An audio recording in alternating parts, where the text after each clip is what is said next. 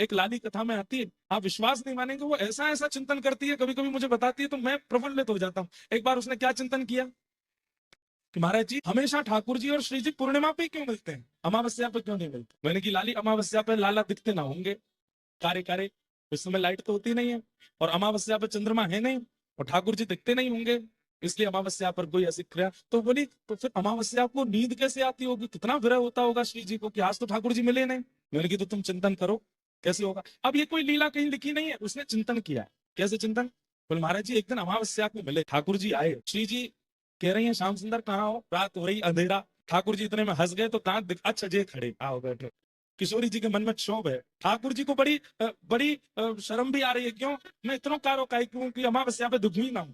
तो किशोरी जी को एक प्रेम में स्वभाव होता है ना कि जब प्रेमी को संकोच होता है तो दूसरा प्रेमी उसको सहज करता है कि तुम संकोच मत करो, इतना कोई बड़ी बात थोड़ी। तो किशोरी जी कह रही हैं आप संकोच क्यों नहीं श्री जी, आपके काजे और भी सुंदर सुंदर वर है सके, आपने जे कन्हैया ही का कुछ नहीं देखियो, अमावस्या पे दुखी ना हूं मैं। तो श्री जी के मन में आई इतना संकोच कर रहे हैं, कुछ होना चाहिए।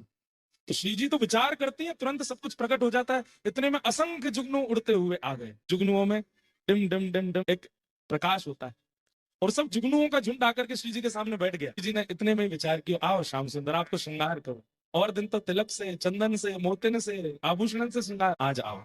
अब एक एक जुगनू को उठाती हैं, और किशोरी जी ठाकुर जी के एक जुगनू यहाँ मुकुट के ऊपर, एक जुगनू यहाँ मणि के पास, एक जुगनू कान के पास, एक जुगनू माथे पर, एक जुगनू यहाँ मकराकृत कुंडल पर, एक जुगनू, जुगनुओं के कुछ मालाएं यहाँ पर, और कुछ बाजूबंद पर, कुछ हाथ पर, कुछ कमर पर, कुछ चरणों पर। जैसे ही जुगनू ने श्रृंगार किया, ठाकुर जी मंदम मंदम श्याम सुंदर ऐसे मधुर लग रहे हैं, पीली पीली डिम डिम वो जुगनुओं की प्रकाश से इतने आनंदित हो रहे हैं। किशोरी जी इस रूप को देख करके बलैया ले रही हैं। तभी चंद्रमा ने विचार किया, अरे अमावस्या तू कितनी निर्दयी है, तो ठाकुर जी के और श्री जी के सुख के लिए प्रकट ना है सके, तो पूर्णिमा को ना ला सके। तभी चिंतन देखिए, अमावस्या तो नहीं बदल सकती। तभी क्या हुआ, किशोरी जी ने ठाकुर जी की भुजा अपने कंधा पर रखी, अपने भुजा ठाकुर जी कंधा पे, ठाकुर जी चमक रहे हैं, किशोरी जी प्रेम भर करके देखती हैं, तो किशोरी जी का जो तेज है वो और ठाकुर जी को प्रकाशित करने लगता है। दोनों युगल का प्रकाश सामने बह रही यमुना जी पर पड़ता है, और जैसे ही कोई लाइट शीशा पर डालो तो रिफ्लेक्ट होकर के ऊपर जाती है। तो श्री जी और ठाकुर जी का प्रकाश जैसे ही जमुना जी पर पड़ा, जमुना जी ने उसी प्रकाश को रिफ्लेक्ट कर दिया आकाश की ओर, और जहां चंद्रमा अमावस्या का था वहीं पूर्णिमा हो गई, और पूर्णिमा में पुनः ठाकुर जी का रास ग्रहण हो गया। हम करते हैं ऐसे चिंतन, ऐसे चिंतन करने पर नाम कृपा करता है।